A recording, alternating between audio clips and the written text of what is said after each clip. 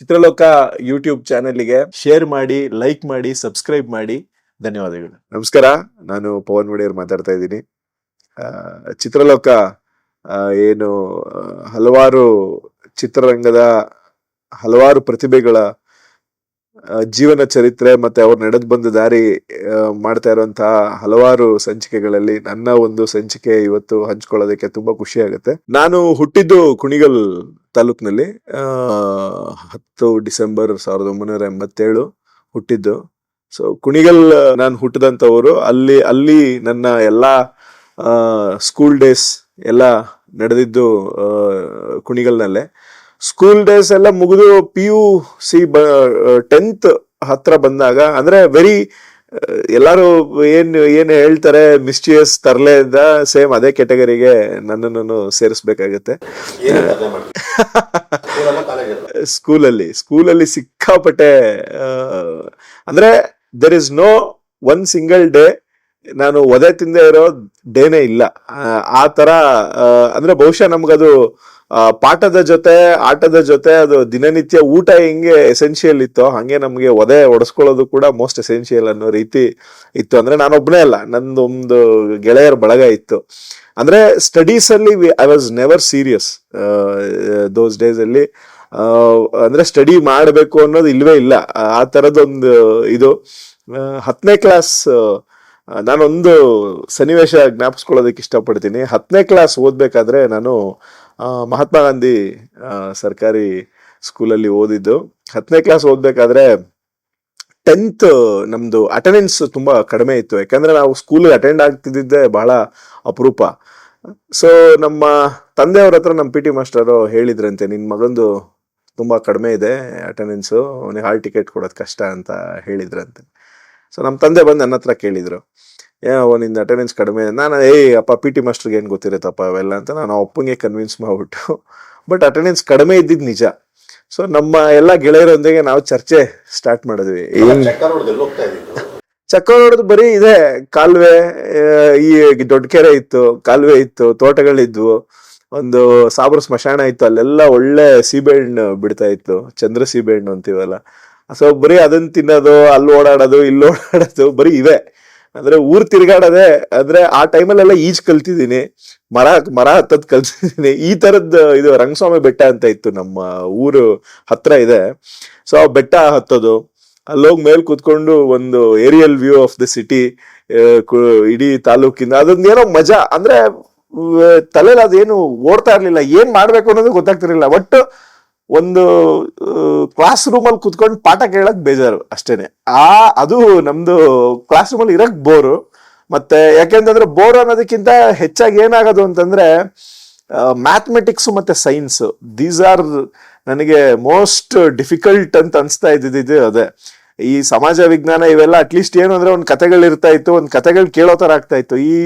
ಈ mathematics science ಇದೆಯಲ್ಲ, it is most toughest ಅಂತ ಅನ್ಸ್ತದು. ಅದು ಬೇರೆ ಯಾರು ಮೇಸ್ಟ್ರು ಇದ್ರು ಅವರು ನಮ್ಮನ್ನೇ ಹಿಡಿದ್ಬಿಟ್ಟು, ಯಾಕೆಂದ್ರೆ ಗೊತ್ತು ಅವ್ರಿಗೆ ನಮಗ್ ಬರಲ್ಲ ಅಂತ, ನಮ್ಮನ್ನೇ ಹಿಡಿದ್ಬಿಟ್ಟು ಕರೆದ್ಬಿಟ್ಟು ಥಿಯರಮ್ ನಂಬರ್ 9 ಬರೀ, ಥಿಯರಮ್ ನಂಬರ್ 8 ಬರೀ ಅಂತ ಹೇಳಿದ್ರೆ ನಮಗ್ ಬರ್ತಿರ್ಲಿಲ್ಲ. ಒದೆ ತಿನ್ಕೊಂಡು ಆಚೆ ಹೋಗೋದಕ್ಕಿಂತ ಆಚೆನೆ ಇದ್ಬಿಡೋಣ ಅಂದ್ಬಿಟ್ಟು ಆಚೆನೆ ಜಾಸ್ತಿ ಇರ್ತಾ ಇದ್ವಿ ನಾವು.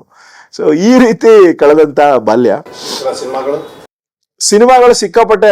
ಆಕ್ಚುಲಿ ನಾನು ಅಷ್ಟು ಆ ಏಜ್ ಅಲ್ಲಿ ಸಿನಿಮಾಗಳ ಬಗ್ಗೆನೂ ಅಷ್ಟೇನು ಒಲವು ಇರಲಿಲ್ಲ ನನಗೆ. ಯಾಕಂದ್ರೆ ನಮ್ದೇ ಒಂದು ತಂಡ ಇತ್ತು, ಮಾರುತಿ ಯುವಕ ಸಂಘ ಅಂತ. ಸೊ ಅದರಲ್ಲಿ ನಾವು ತುಂಬಾ ಬೀದಿ ನಾಟಕಗಳು ಸಿಕ್ಕಾಪಟ್ಟೆ ಆಡ್ತಾ ಇದ್ವಿ, ನಾಟಕಗಳು. ಯಾಕೆಂತಂದ್ರೆ ಅಲ್ಲಿ ನಮ್ಮ ಊರಲ್ಲಿ ಏನು ಅಂತಂದ್ರೆ ಗಣೇಶ ಕೂಡಿಸಿದಾಗ ಮತ್ತೆ ಇನ್ನೇನೋ ಒಂದಷ್ಟು ಸಮಾರಂಭಗಳು ಅವು ಇವು ಇವೆಂಟ್ ಎಲ್ಲ ಮಾಡಿದಾಗ ನಮ್ಮನ್ನ ಆಕ್ಚುಲಿ ಕರೆಯೋರು, ನಾಟಕ ಆಡೋದಕ್ಕೆ ಕರಿತಾ ಇದ್ರು. ಅಪ್ಪಜೀತಿ, 6ಅಲ್ಲ 9, ಭೂಲೋಕದಲ್ಲಿ ಯಮರಾಜ, ಈ ತರ ಹಲವಾರು ನಾಟಕಗಳನ್ನ ಆಡಿದೀವಿ ನಾವು ನಮ್ದೊಂದು ತಂಡದಲ್ಲಿ. ಸೊ ಹಂಗಾಗಿ ಆಕ್ಟಿಂಗ್ ಇದ್ರ ಬಗ್ಗೆ ಪ್ಯಾಷನೇಟ್ ಆಗ್ಲಿಂದ ಇತ್ತು. ಬಟ್ ಸಿನಿಮಾ ಅನ್ನೋದು ಯಾವಾಗ್ಲೂ ನನಗೆ ಅಷ್ಟು ಚಿತ್ರಮಂದಿರಕ್ಕೆ ಹೋಗಿ ಸಿನಿಮಾ ನೋಡೋದು ಅಷ್ಟು ನನಗೆ ಪ್ಯಾಷನ್ ಇರ್ಲಿಲ್ಲ ಸಿನಿಮಾ ಬಗ್ಗೆ. ನಮ್ಮ ಫ್ರೆಂಡ್ಸ್ಗಿತ್ತು, ನನ್ಗದೇನೋ ಅದನ್ನು ಬೋರ್ ಆಡೋದು. ಅಂದ್ರೆ ಒಂದ್ ಕಡೆ ಕುತ್ಕೊಳಕ್ ಆಗ್ತಿರ್ಲಿಲ್ಲ ನನಗೆ. ಬೇಸಿಕಲಿ ಓಡಾಡ್ಬೇಕು, ಅದು ಇದು ಏನೋ ಫಿಸಿಕಲ್ ಆಕ್ಟಿವಿಟಿ ತುಂಬಾ ಹೆಚ್ಚು. ಇಷ್ಟಪಡ್ತಾ ಇದ್ದೆ. ಸೊ ಈ ಇದರಲ್ಲಿ ನಡೀತಾ ಇರ್ಬೇಕಾದ್ರೆ 10th ಏನು ಬಂತಲ್ಲ, ಅದು that was the most crucial in my life. ಅಂದ್ರೆ ಹಲವಾರು ಜನ ಹೇಳ್ತಾರೆ SSLC is a turning point in life ಅಂತ. ನನ್ನ ಜೀವನದಲ್ಲಿ SSLC is truly a turning point. Because ಯಾಕೆ ಅಂದ್ರೆ ಮ್ಯಾಥ್ಸು ಸೈನ್ಸು ಎರಡೂ ಸಬ್ಜೆಕ್ಟ್ ಅಲ್ಲಿ ಫೇಲ್ ಆಗ್ಬಿಟ್ಟೆ ನಾನು. ಅಂದ್ರೆ ಒಬ್ಬ ಮನುಷ್ಯ ಫೇಲ್ ಆದಾಗ ಸಮಾಜ ಅವನ್ನ ಹೆಂಗ್ ನೋಡುತ್ತೆ ಅನ್ನೋ ಒಂದು ಪರ್ಸ್ಪೆಕ್ಟಿವ್ ಇದೆಯಲ್ಲ, ಅಂದ್ರೆ our own relatives started judging me, started ಅಂದ್ರೆ ನನ್ನ ಕೈಲಿ ಏನೂ ಆಗಲ್ಲ ಅನ್ನೋ ರೀತಿ ನಮ್ಮನ್ನ ನೋಡೋ ರೀತಿ ಇದೆಯಲ್ಲ, ಅದು ತುಂಬಾ ನನಗೆ ಹರ್ಟ್ ಆಗಕ್ಕೆ ಸ್ಟಾರ್ಟ್ ಆಯ್ತು. ಫೇಲ್ಯೂರ್ ಅಂದ್ರೆ ಹಿಂಗೆ ಲೈಫಲ್ಲಿ ಅನ್ನೋದು, ಅದು ನಾನು ತುಂಬಾ ಒಂಥರ ಚಾಲೆಂಜಿಂಗ್ ಆಗಿ ತಗೊಂಡು ರಿಪೀಟರ್ ಎಕ್ಸಾಮ್ ಕಟ್ಟಿ ಪಾಸ್ ಮಾಡಿ, then I to commerce. PU ಅಲ್ಲಿ ಕಾಮರ್ಸ್ ತಗೊಂಡು ಯು ಡೋಂಟ್ ಬಿಲೀವ್, ನಾನು ಸೆಕೆಂಡ್ PUC ಡಿಸ್ಟಿಂಕ್ಷನ್ ಅಲ್ಲಿ ಪಾಸ್ ಮಾಡಿದೆ. ಸೊ ಅವಾಗ ಸ್ಟಡೀಸ್ ಬಗ್ಗೆ ತುಂಬಾ ಒಲವು ಬಂದ್ಬಿಡ್ತು, ತುಂಬಾ ಸೀರಿಯಸ್ ಆದೆ ನಾನು ಆಕ್ಚುಲಿ ಸ್ಟಡೀಸ್ ಅಲ್ಲಿ. ಆ failure taught me a lot. ಲೈಫಲ್ಲಿ ಒಂದು ಸ್ಥಾನ ಇದ್ರೇನೆ ಮರ್ಯಾದೆ ಕೊಡೋದು ಅನ್ನೋ ಆ ಮರ್ಯಾದೆ ಒಟ್ಟು ನನಗೆ, I was in a seek of respect. ಒಂದು ಮರ್ಯಾದೆ ಬೇಕು ಲೈಫಲ್ಲಿ, ಮರ್ಯಾದೆ ಅರ್ನ್ ಮಾಡಬೇಕು ಅನ್ನೋದೊಂದು ಬೇರೂರ್ಬಿಡ್ತು ನನಗೆ. ಅದು ಬಹುಶಃ ಆ ಜಿದ್ದು ಒಂಥರ ನನಗೆ ದಟ್ ಏನು ಸ್ಟಡೀಸ್ ಬಗ್ಗೆ, ಸ್ಪೋಕನ್ ಇಂಗ್ಲಿಷ್ ಕಲಿಯೋದ್ರ ಬಗ್ಗೆ ಆಗ್ಬೋದು, ತುಂಬಾ ಅಕೌಂಟೆನ್ಸಿ, ನನಗೆ ಮ್ಯಾಥಮೆಟಿಕ್ಸ್ ಹೇಟ್ ಮಾಡ್ತಿದ್ದವನು, ನಾನು ಅಕೌಂಟೆನ್ಸಿನೇ ತಗೊಂಡೆ. ಅಂದ್ರೆ ಕಾಮರ್ಸೇ ತಗೊಂಡು, ಅದು ನಮ್ಮ ಸತೀಶ್ ಸರ್ ಅಂತ ಇದ್ದಾರೆ ಅಲ್ಲಿ, ಅವ್ರ ಹತ್ರನೇ ಅಕೌಂಟೆನ್ಸಿ ಅವ್ರನ್ನ ಕೇಳಿದ್ದೆ ಇಷ್ಟು, ಸರ್ ಅಕೌಂಟೆನ್ಸಿ ಅಂದ್ರೆ ಕೂಡೋದು ಕಳಿಯೋದು ಗುಣಿಸೋದು ಬಾಗ್ಸೋದು ಅಷ್ಟೇ ತಾನೆ, ಈ A+B² ಅವೆಲ್ಲ ಏನು ಇರಲ್ಲ ತಾನೆ ಅಂತ ಕೇಳ್ಕೊಂಡು ಅಶ್ಯೂರೆನ್ಸ್ ಮಾಡಿಕೊಂಡು ನಾನು ಕಾಮರ್ಸ್ ಜಾಯ್ನ್ ಆದೆ. ಸೊ ಅಲ್ಲಿ ಡಿಸ್ಟಿಂಕ್ಷನ್ ಪಾಸ್ ಮಾಡಿದೆ. ಅದಾದ ನಂತರ ಸಿದ್ಧಗಂಗಾ ಕಾಲೇಜ್ಗೆ ನಾನು BCom ಜಾಯ್ನ್ ಆದೆ, ತುಮಕೂರು.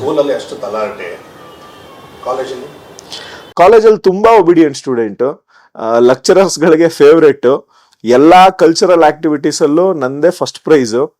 ಅದು ಬಿಡಿ, ಅದು ನಾನು 8th ಸ್ಟ್ಯಾಂಡರ್ಡ್ ಇಂದ ಡಿಗ್ರಿವರೆಗೂ ಭಾವಗೀತೆ ಹಾಡೋದ್ರಲ್ಲಿ, ಜನಪದ ಗೀತೆ ಹಾಡೋದ್ರಲ್ಲಿ, ಸ್ಕಿಟ್ಗಳಲ್ಲಿ, ಚೆಸ್ಸಲ್ಲಿ, ಟೇಬಲ್ ಟೆನ್ನಿಸಲ್ಲಿ, ಕ್ರಿಕೆಟಲ್ಲಿ ಎಲ್ಲದ್ರಲ್ಲೂ ನಂದು ಐಮ್ ದ ಫಸ್ಟ್ ಪ್ಲೇಸ್. ಅದರಲ್ಲಿ ಸರ್ಟಿಫಿಕೇಟ್ಸ್ಗಳು, ಫೋಟೋಸ್ಗಳು ಇದಾವೆ. ಅದು ತುಂಬಾ ಅಂದ್ರೆ ಅಷ್ಟು I was more into ಅಕಾಡೆಮಿಕ್ಸ್ಗಿಂತ ಹೆಚ್ಚಾಗಿ ಕಲ್ಚರಲ್ ಆಕ್ಟಿವಿಟೀಸು, ಸ್ಪೋರ್ಟ್ಸು ಇದರಲ್ಲಿ ಜಾಸ್ತಿ ತೊಡಗಿಸ್ಕೊಳ್ಳೋಕೆ ಆಸಕ್ತಿ ಬರ್ತಾ ಇತ್ತು. ಬಟ್ ಯಾವಾಗ ಫೇಲ್ ಆದ್ಮೇಲೆ ನನಗೆ ಅನ್ಸಿದ್ದೇನು ಅಂತಂದ್ರೆ, ಒಂದು ರೆಸ್ಪೆಕ್ಟ್ ಅರ್ನ್ ಮಾಡ್ಬೇಕು ಲೈಫಲ್ಲಿ ಅಂತ ಹೇಳಿ ಐ ಸ್ಟಾರ್ಟೆಡ್ ಸ್ಟಡಿಂಗ್ ಹಾರ್ಡ್. ಅದು ಇಟ್ ಗೇವ್ ಮಿ ಒಂದು BCom ಮುಗಿಸೋ ಅಷ್ಟೊತ್ತಿಗೆ, BCom ಅಲ್ಲೂ ಕೂಡ I scored first class distinction. ಈ ಥರನೇ ಬಂತು ಎಲ್ಲ ಸೆಮಿಸ್ಟರ್ಸ್ಗಳಲ್ಲೂ. ಸೊ ಅದಾದ ನಂತರ ನಾನು ಅಂದ್ರೆ ಒಂದು ಜಾಬ್ ಸೆಕ್ಯೂರಿಟಿ ಬೇಕು ಅಂತ ಹೇಳಿ BCom ಆಗ್ತಿದ್ದಂಗೆ ಫೆಡಿಲಿಟಿ ಅನ್ನೋ ಒಂದು ಕಂಪ್ನಿಗೆ ಜಾಯ್ನ್ ಆದೆ. ಸೊ ಫೆಡಿಲಿಟಿ ಕಂಪ್ನಿ ಬಂದು it's a US based company, Fidelity investments ಅಂತ. ಅಲ್ಲಿ ನಾನು ಮಿಲ್ಲರ್ ಬ್ರೀವಿಂಗ್ ಕಂಪನಿ ಅನ್ನೋ ಕ್ಲೈಂಟ್ನ ಹ್ಯಾಂಡಲ್ ಮಾಡ್ತಾ ಇದ್ದೆ. ಅವ್ರ ರಿಟೈರ್ಮೆಂಟ್ ಸರ್ವಿಸ್ ಏನಿದೆಯಲ್ಲ, ರಿಟೈರ್ಮೆಂಟ್ ಬೆನಿಫಿಟ್ಸ್ನ ನಾನು ಬೇಸಿಕಲಿ ಹ್ಯಾಂಡಲ್ ಮಾಡ್ತಾ ಇದ್ದೆ. ಇಲ್ಲಿ ಏನಾಯಿತು, ತುಂಬಾ ಅಲ್ಲೂ ಸೇಮ್ ಜೋವಿಯಲ್, ಅಲ್ಲಿ ಸ್ವಲ್ಪ ಎಲ್ಲಾ ಭಾಷೆ ಜನರು ಕೂಡ ಇರ್ತಾರೆ. ಒಂದು ಮಲ್ಟಿನ್ಯಾಷನಲ್ ಕಂಪ್ನಿ ಅಂದ್ರೆ ನಿಮಗೆ ಗೊತ್ತಿರುತ್ತೆ, ಎಲ್ಲಾ ಭಾಷೆ ಜನರು ಇರ್ತಾರೆ. But I use to entertain a lot. ಅಂದ್ರೆ ಇವು ಕಾಮಿಡಿ ಮಾಡೋದು, ಮಿಮಿಕ್ರಿ ಮಾಡೋದು ತುಂಬಾ ಮಾಡ್ತಾ ಇದ್ದೆ.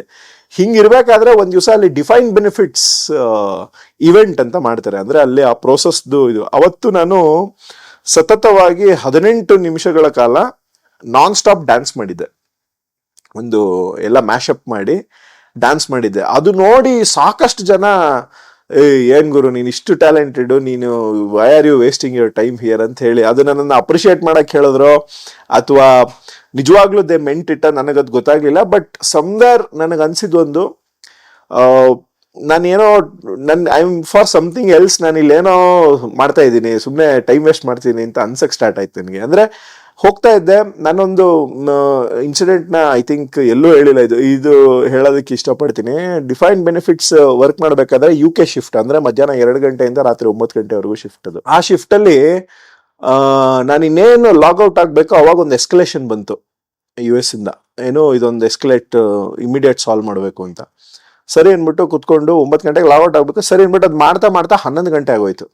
ಅವಾಗ್ಲೂ ಇನ್ನೇನು ಅದು ಮುಗಿಸೋಣ ಅಂದ್ರೆ ಇನ್ನೊಂದು ಟಕ ಟಕ ಟಕ ಟಕ ಅಂತ ಒಂದು 5-6 ಎಸ್ಕಲೇಷನ್ಸ್ ಬಂತು. ಅದು ಎಸ್ಕಲೇಷನ್ಸ್ನ ನಾನು ಸಾಲ್ವ್ ಮಾಡಲೇಬೇಕಾಗಿತ್ತು. ಅದು ಏನಾಯ್ತು ಅಂದ್ರೆ ಶುಕ್ರವಾರ ಸಂಜೆ ನಾನೊಬ್ಬನೇ ಕೂತ್ಕೊಂಡು ಇಡೀ ಫ್ಲೋರಲ್ಲಿ ನಾನು ಒಬ್ಬನೇ ಕೂತ್ಕೊಂಡು ಅದಷ್ಟು ಸಾಲ್ವ್ ಮಾಡಿ, ಸ್ಯಾಟರ್ಡೇನು ಫುಲ್ ಎಲ್ಲ ಕೆಲಸ ಮಾಡಿ, ಸಂಡೇನೂ ಕೆಲಸ ಮಾಡಿ, ಇಷ್ಟು ಫುಲ್ಲು ಕೂತಿದ್ದೀನಿ ವಿತೌಟ್ ಸ್ಲೀಪ್, ವಿತೌಟ್ ಫುಡ್, ಬರೀ ಒಂದು ನೂಡಲ್ಸು ಟೀ ತಿನ್ನೋದು, ಕೆಲಸ ಮಾಡೋದು. ಇಷ್ಟು ಮಾಡಿ ಮಾಡಿ ಮಾಡಿ ಭಾನುವಾರ ಸಂಜೆ ಹಂಗೆ ಅದೆಲ್ಲ ಮುಗಿದು ನನಗೆ ನೆಕ್ಸ್ಟ್ ಡೇ ಅಷ್ಟೊತ್ತಿಗೆ ಕಣ್ಣೆಲ್ಲ ಹಿಂಗಾಗಿ ಜ್ವರ ಬಂದ್ಬಿಟ್ಟಿತ್ತು ನನಗೆ. ಅವತ್ತು ನನಗೆ ಅನ್ನಿಸ್ತು, ಬೇರೆ ಯಾವುದೋ ದೇಶಕ್ಕೋಸ್ಕರ, ಬೇರೆ ಯಾರ್ದೋ ಪ್ರಜೆಗಳಿಗೋಸ್ಕರ ನಾನು ಯಾಕೆ ಹಿಂಗೆ ಇದು ಮಾಡ್ತಾ ಇದ್ದೀನಿ. I am getting salary, but what am I doing, ಇಷ್ಟೆಲ್ಲ ಇಟ್ಕೊಂಡು ಏನು ಅಂತ ನನಗೆ ಅವತ್ತು ಸ್ವಲ್ಪ ಕಾಡಕ್ಕೆ ಸ್ಟಾರ್ಟ್ ಆಯಿತು. ಹಂಗಿದ್ದಾಗ ನನ್ನ ಕಸಿನ್ ಒಬ್ಬ ಸಂತೋಷ್ ಅಂತ ಇದ್ದಾನೆ, ಅವನು ಬಂದು ನಮ್ಮ ಕುಣಿಗಲ್ ವಸಂತ್ ಅವ್ರ ಮಗ. ಅವನು ಮಗ ಹಿಂಗೆ ಅವನು ಎಡಿಟಿಂಗ್ ಏನೋ ಕಲಿತಾ ಇದ್ದ ಅವಾಗ. ಹಿಂಗೆ ಶಾರ್ಟ್ ಫಿಲ್ಮ್ ಫೆಸ್ಟಿವಲ್ ಅಂತ ಮಾಡ್ತಾ ಇದ್ದಾರೆ ನಮ್ಮ ಇನ್ಸ್ಟಿಟ್ಯೂಟಲ್ಲಿ, ಏನೋ ಒಂದು ಶಾರ್ಟ್ ಫಿಲ್ಮ್ ಮಾಡೋಣ ಅಂತ ತಲೆಗೆ ಹತ್ತಿಸ್ದ. ಸೊ ಅದಕ್ಕೊಂದು ಕತೆ ಬರೆಯೋದು, ನನಗೆ ಈ ಕತೆ ಬರೆಯೋದು ಇದೆಲ್ಲ ಭಾಳ ಹುಚ್ಚು. ಅಂದರೆ ಒಂದು ಇಮ್ಯಾಜಿನೇಷನ್ ಏನೋ ಮಾಡಿ ಒಂದು ಫಿಕ್ಷನ್ ಕ್ಯಾರೆಕ್ಟರ್ಸ್ನ ಬರೆಯೋದು ಅಂದರೆ ಒಂಥರ ಕ್ರೇಜ್ ಅದು. ಸೊ ಹಾಗೆ ಬರೆದಿದ್ದು ಒಂದು ಫಾತಿಮಾ ಅಂತ ಹೇಳಿ ಒಂದು ಶಾರ್ಟ್ ಫಿಲ್ಮ್ ಮಾಡಿದ್ದೆ. ಸೊ ಆ ಶಾರ್ಟ್ ಫಿಲ್ಮ್ನ ಮಾಡಿದ್ವಿ, ಬಟ್ ಅದೆಲ್ಲೂ ಟೆಲಿಕಾಸ್ಟ್ ಆಗಲಿಲ್ಲ. ಯಾಕೆಂದರೆ ಅದೊಂದು ಭಾವನಾತ್ಮಕವಾಗಿ ಎಮೋಷನಲ್ ಶಾರ್ಟ್ ಫಿಲ್ಮ್ ಬರೆದಿದ್ದು ಸ್ಕ್ರಿಪ್ಟಲ್ಲಿ, ತೆಗೆದಾಗ ಅದು ಕಾಮಿಡಿ ಆಗ್ಬಿಟ್ಟಿತ್ತು ಅದು ಆಚೆ ಬರೋ ಅಷ್ಟರಲ್ಲಿ. ಸೊ ಈ ಥರ ಅದೊಂದು ಎಕ್ಸ್ಪೀರಿಯನ್ಸು. ಅವತ್ತು ನಾನೇ ಡೈರೆಕ್ಟ್ ಮಾಡಿದ್ದು. ಅದು ಹೆಂಗಾಯ್ತು ಅಂತಂದ್ರೆ, ನನಗೆ ಅವಾಗ ಆಕ್ಷನ್ ಅಂದ್ರೆ ಏನು, ಆಕ್ಷನ್ ಯಾವಾಗ ಹೇಳ್ಬೇಕು, ಕಟ್ ಯಾವಾಗ ಹೇಳ್ಬೇಕು, ಕಂಟಿನ್ಯೂಟಿ ಅಂದ್ರೆ ಏನು ಗೊತ್ತಿಲ್ಲ ನನಗೆ ಅವತ್ತು. I just wanted to do it ಅಷ್ಟೇ ಅಂದ್ಬಿಟ್ಟು ಅವಾಗ ಆಗ ಒಂದು 45,000 ಖರ್ಚು ಮಾಡಿ ನಾವು ಅಮ್ಮನ ಹತ್ರ ತಗೊಂಡು ಎಲ್ಲ ಮಾಡಿ ಹಿಂಗೆಲ್ಲ ಮಾಡಿದ್ವಿ. ಅವಾಗ ನನಗೆ ಅದು ಇನ್ನೂ ಜಾಸ್ತಿ ಇಂಟ್ರೆಸ್ಟ್ ಬರ್ತಾ ಹೋಯ್ತು. 45,000 ಏನು ₹1 ಬರಲಿಲ್ಲ. ಶಾರ್ಟ್ ಫಿಲಮ್ ತೆಗಿಯಕ್ ಹಾಕಿದ್ವಿ. ಅಂದ್ರೆ ಬೆಂಗಳೂರಿಂದ ಕ್ಯಾಮ್ರಾ ತರಿಸಿ, ಲೈಟ್ಸ್ಗಳು ತರಿಸಿ, ಪಕ್ಕಾ ಒಂದು ಸೀರಿಯಲ್ ಶೂಟಿಂಗ್ ಮಾಡೋ ರೀತಿ ಮಾಡಿದ್ವಿ ಅದನ್ನ ಆಕ್ಚುಲಿ. ಬಟ್ ಅದು ಇಟ್ ಡಿಡ್ ನಾಟ್ ವರ್ಕ್ಔಟ್.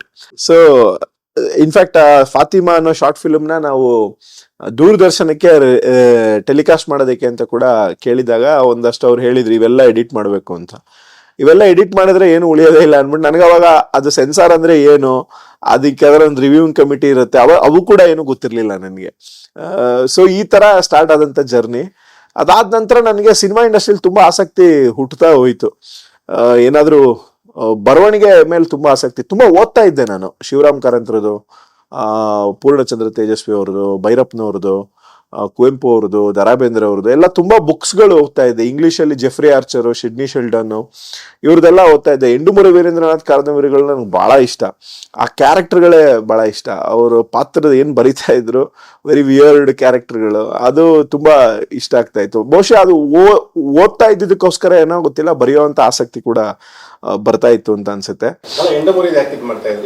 ನನಗೆ ಇಷ್ಟ ಬರೆಯುವಂತಹ ಕ್ಯಾರೆಕ್ಟರ್ಗಳು ಇಷ್ಟ ಆಗ್ತಾ ಇತ್ತು ನನಗೆ. ಅಂದ್ರೆ ಒಂದು ಸೊಸೈಟಿನ ಒಂದು ಬೇರೆ ಪರ್ಸ್ಪೆಕ್ಟಿವ್ ಇಂದ ನೋಡುವಂತಹ ಕ್ಯಾರೆಕ್ಟರ್ಗಳು ನನಗೆ ತುಂಬಾ ಇಷ್ಟ ಆಗ್ತಾ ಇತ್ತು. ತುಂಬಾ ಅಂದ್ರೆ ಅವ್ರದ್ದು ಮೋಟಿವೇಶನಲ್ ಬುಕ್ಸ್ಗಳು ಕೂಡ ಸಾಕಷ್ಟು ಇದಾವೆ. ಅದು ಕೂಡ ನನಗೆ ಸಾಕಷ್ಟು ಇನ್ಫ್ಯಾಕ್ಟ್ ನನಗೆ ಹಲವಾರು ನನ್ನ ಚಿತ್ರ ನಾಯಕನ ಪಾತ್ರ ಬರಿಬೇಕಾದ್ರೆ ಆ ಕ್ಯಾರೆಕ್ಟರ್ಗಳನ್ನ ತುಂಬಾ ಇನ್ಫ್ಲೂಯೆನ್ಸ್ ಆಗಿದ್ದೀನಿ. ಅವ್ರು ಬರೆದಿರೋಂತಹ ಪಾತ್ರಗಳು ತುಂಬಾ ಇನ್ಫ್ಲೂಯೆನ್ಸ್ ಆಗಿದೆ. ಈ ತರ ನಡ್ಕೊಂಡ್ ಬರ್ಬೇಕಾದ್ರೆ ನಾಗತಿಹಳ್ಳಿ ಚಂದ್ರಶೇಖರ್ ಅವ್ರದ್ದು 100 ಜನ್ಮಕ್ಕೂ ಅಂತ ಹೇಳಿ ಒಂದು ಸಿನಿಮಾ ಮಾಡ್ತಾ ಇದ್ರು. ಬನಶಂಕರಿಲಿ ಶೂಟಿಂಗ್ ನಡೀತಾ ಇತ್ತು ಅಂತ ಕಾಣಿಸುತ್ತೆ. ಅದರಲ್ಲಿ ನಾನು ಜೂನಿಯರ್ ಆರ್ಟಿಸ್ಟ್ ಆಗಿ ಹೋಗಿದ್ದೆ. ಜೂನಿಯರ್ ಆರ್ಟಿಸ್ಟ್ ಆಗಿ ಏನು ಅಂದ್ರೆ ನನಗೆ ಅವತ್ತು ಗೊತ್ತಿಲ್ಲ shooting, that's the first time ನಾನು ಒಂದು ಶೂಟಿಂಗ್ ಸೆಟ್ಗೆ ಅಂತ ಹೋಗಿರೋದು. ಸಂತೋಷ ಮತ್ತೆ ಐಂದ್ರಿತಾ. ಸೊ ಅವತ್ತು ಒಂದ್ ದಿವ್ಸಕ್ಕೆ ಕರೆದಿದ್ರು ಹಿಂಗೆ ಅಂತ ಹೇಳಿ ಹೋಗಿದ್ದೆ. ಹೋದಾಗ ಅಂದ್ರೆ ನಾನು ಫ್ರೇಮಲ್ಲೂ ಬಂದಿಲ್ಲ, ಯಾವ ಫ್ರೇಮಲ್ಲೂ. So that was the experience, super experience ಅದು. ಹೆಂಗಿರುತ್ತೆ ಏನು ಅನ್ನೋದು, ನಾನು ಫ್ರೇಮಲ್ಲೂ ಇಲ್ಲ ಬಿಡಿ ಅದರಲ್ಲಿ, ಬಟ್ ಒಂದ್ ಫ್ರೇಮಲ್ಲೂ ಬಂದಿಲ್ಲ. ಜೂನಿಯರ್ ನಂಗೆ ಗೊತ್ತಿಲ್ಲ ಏನು. ನಾನು ಆಕ್ಚುಲಿ ಅವ್ರ ಹತ್ರ ಬರವಣಿಗೆಗೆ ಇದಕ್ಕೆ ಅಂತ ಚಾನ್ಸ್ ಕೇಳಿದ್ದು. ಅವರು ಹಿಂಗೆ ಫೋಟೋಸ್ ಎಲ್ಲ ಕೊಡಿದ್ರೆ ನಾನು ಯಾವ್ದಾರು ಸರಿ, ನಂಗೆ ಅವಾಗ ಹೆಂಗ್ ಅಪ್ರೋಚ್ ಮಾಡ್ಬೇಕು ಅನ್ನೋ ಸಹಿತ ಗೊತ್ತಿರ್ಲಿಲ್ಲ. ಅವರ ಒಬ್ರು ಮ್ಯಾನೇಜರ್ ನಂಬರ್ ಸಿಕ್ಕಿತ್ತು ನನಗೆ, ಮಂಜುನಾಥ್ ಅಂತ ಅನ್ಸುತ್ತೆ ಅವ್ರ ಹೆಸರು. ಅವ್ರು ಹಿಂಗ್ ಸಿಕ್ಕಿದಾಗ ಅವರು ಪಾಪ ನಮ್ಮ ಆಸಕ್ತಿ ನೋಡಿ ಅವ್ರಿಗೆ ಎಲ್ಲ ಹಿಂಗ್ ರೆಫರ್ ಮಾಡ್ತಾ ಇದ್ರು. ಬಟ್ ಯಾವ್ದು ಅಷ್ಟು ಇಂಟ್ರೆಸ್ಟಿಂಗ್ ಎಕ್ಸೈಟಿಂಗ್ ಆಗಿ ಇರ್ತಿರ್ಲಿಲ್ಲ. ಸೊ ಈ ನಾಗತಿಹಳ್ಳಿ ಚಂದ್ರಶೇಖರ್ ಅವ್ರದ್ದು ಯಾವಾಗ ಇದು ಸಿಕ್ತು, ಸೊ ನಾನ್ ಅನ್ಕೊಂಡೆ ಬೇರೆ ಏನಕ್ಕೂ ಕರಿತಾ ಇದಾರೆ ಅಂತ, ಅದು ಆರ್ಟಿಸ್ಟಿಕ್ ಕರೆದಿದ್ರು. ಸೊ ಅಲ್ಲಿ ಹೋದಾಗ ಅದು ನಂಗೆ ತುಂಬಾ ಇನ್ನೂ ಕ್ಯೂರಿಯಾಸಿಟಿ ಜಾಸ್ತಿ ಆಗಕ್ಕೆ ಸ್ಟಾರ್ಟ್ ಆಯ್ತು. ದುಡ್ಡು ನಾನೇನು ಎಕ್ಸ್ಪೆಕ್ಟ್ ಮಾಡಿರ್ಲಿಲ್ಲ. Just I think that's the first time ನಾನು ಶೂಟಿಂಗ್ ಊಟ ಅಂತ ಮಾಡಿರೋದು 100 ಜನ್ಮಕ್ಕೂ ಸೆಟ್ ಅಲ್ಲಿ ಅಂತ ಅನ್ಸುತ್ತೆ. ಅಲ್ಲಿ ಊಟ ಮಾಡಿ ಪೆಟ್ರೋಲ್ ಕನ್ವೆನ್ಸ್ ಏನೋ ಕೊಟ್ರು ಅಂತ ಅನ್ಸುತ್ತೆ. ಸೊ ಅಲ್ಲಿ ಆಕ್ಟ್ ಮಾಡಿ ಬಂದೆ. ಅದಾದ ನಂತರ ಇಡೀ ದಿನ ಅದೇ ಗುಂಗಲ್ಲಿದ್ದೆ, ಹೆಂಗಿರುತ್ತೆ ಕ್ಯಾಮ್ರಾ ಹಿಂಗೆ, ಹಿಂಗೆ ಅಂತ ಆ ತರ ಯೋಚನೆ ಮಾಡ್ಕೊಂತ ಇರ್ಬೇಕಾರೆ ಅವಾಗಿಂದ ನಾನು ಸಿನಿಮಾಗಳನ್ನ ನೋಡಕ್ ಸ್ಟಾರ್ಟ್ ಮಾಡಿದೆ. ಅಂದ್ರೆ ರೆಗರಸ್ ಆಗಿ ನೋಡ್ತಾ ಇದ್ದೆ ಸಿನಿಮಾ, ರೆಸ್ಟ್ಲೆಸ್ ಆಗಿ. ಅಂದ್ರೆ ಲ್ಯಾಂಗ್ವೇಜ್ ಬ್ಯಾರಿಯರ್ಗಳಿಲ್ದೆ ಇದಿಲ್ದೆ ಸಿನಿಮಾಗಳನ್ನ ನೋಡಕ್ ಸ್ಟಾರ್ಟ್ ಮಾಡ್ತೀನಿ. ಒಂದೇ ದಿವಸ ಶೂಟಿಂಗ್. ಅದಾದ ನಂತರ ನನಗೆ ತುಂಬಾ ಪರಿಣಾಮ ಬೀರಿದ ಸಿನಿಮಾ ಅಂದ್ರೆ ತೆಲುಗು ಸಿನಿಮಾ ಅರುಂಧತಿ ಸಿನಿಮಾ. ಆ ಸಿನಿಮಾನ ನನಗೆ ಯಾಕಷ್ಟು ಇನ್ಫ್ಲೂಯೆನ್ಸ್ ಆಯ್ತು ಅಂತ ನನಗೆ ಗೊತ್ತಿಲ್ಲ. ಅದು ಎಷ್ಟು ಇನ್ಫ್ಲೂಯೆನ್ಸ್ ಆಯ್ತು ಅಂತಂದ್ರೆ ನಾನೊಬ್ಬ ರೈಟರ್ ಆಗ್ಬೇಕು ಅಂತ ಅನ್ಸಕ್ ಸ್ಟಾರ್ಟ್ ಆಯ್ತು. ಅಂದ್ರೆ ಬಹುಶಃ ಆ ಕತೆ, ಆ ಪಾತ್ರ, ಅದ್ರಲ್ಲಿ ಬರೋ ದೇವಿ ಇದ್ರ ಪಾತ್ರ ಆಗ್ಬೋದು, ಅದು ಸಿನಿಮಾ ಟೆಕ್ನಿಕಲಿ ತೆಗ್ದಿರೋ ವಿಷಯ ಆಗ್ಬೋದು, ತುಂಬಾ ಪರಿಣಾಮ ಬೀರಕ್ ಸ್ಟಾರ್ಟ್ ಆಗಿದೆ. ಅಂದ್ರೆ ನನಗೆ I want to be a writer ಅಂತ ಹೇಳಿ ನಾನು ಫಸ್ಟ್ ಕತೆ ಬರೆದಿದ್ದು ಕತೆ ಹೇಳುವೆ ಅಂತ ಒಂದು ಕತೆ ಬರೆದಿದ್ದೆ. ಅದು ಅಂದ್ರೆ red ink, blue ink, green ink ಈ ತರ ಎಲ್ಲ ಇಟ್ಕೊಂಡು ವಿಚಿತ್ರವಾದ ಒಂಥರ ಒಂದು ಸ್ಕ್ರಿಪ್ಟ್ ಅಂತ ಬರೆದಿದ್ದೆ ಫಸ್ಟ್. ಅದಾದ ನಂತರ ನೀವು ನಂಬಲ್ಲ, ನಾನು ಗೂಗ್ಲಿ ಕತೆ ಅವಾಗ್ಲೇ ಬರ್ದಿದ್ದೆ. ಅಂದ್ರೆ ಅದು ಸ್ಟ್ರೈಟ್ ಸ್ಕ್ರೀನ್ ಪ್ಲೇ ಇತ್ತು. ಬರ್ದು ಮೇಸ್ಟ್ರು ಕೊಟ್ಬಿಟ್ಟಿದ್ದೆ ನಾನು ಫುಲ್. ಸರ್ ಇದು ನಾಗತಿಹಳ್ಳಿ ಸರ್ಗೆ ಆಕ್ಚುಲಿ ಕೊಟ್ಟಿದ್ದೆ. ಅಂದ್ರೆ ಅವ್ರು ಓದಿದಾರೋ ಇಲ್ವೋ ನನಗೆ ಗೊತ್ತಿಲ್ಲ. ಸರ್ ಈ ತರ ನಾನು ಕತೆ ಬರ್ದಿದ್ದೀನಿ ಅಂತ ಕೊಟ್ಬಿಟ್ಟಿದ್ದೆ. ಜಸ್ಟ್ ಅಂದ್ರೆ ಬರ್ದು ಇಟ್ಟಿದ್ದೆ ನಾನು ಕತೆಗಳು. ಸೊ ಈ ತರ ನಡ್ಕೊಂಡ್ ಬಂದಿದ್ದು ಇದು. ನಾನು ಈ ಕಡೆ ಈ ನನ್ ವರ್ಕು, ಈ ಕಡೆ ಇದು ಎರಡು ಬ್ಯಾಲೆನ್ಸ್ ಮಾಡಕ್ ಆಗ್ತಾ ಇರ್ಲಿಲ್ಲ ನನ್ನ ಕೈಯಲ್ಲಿ.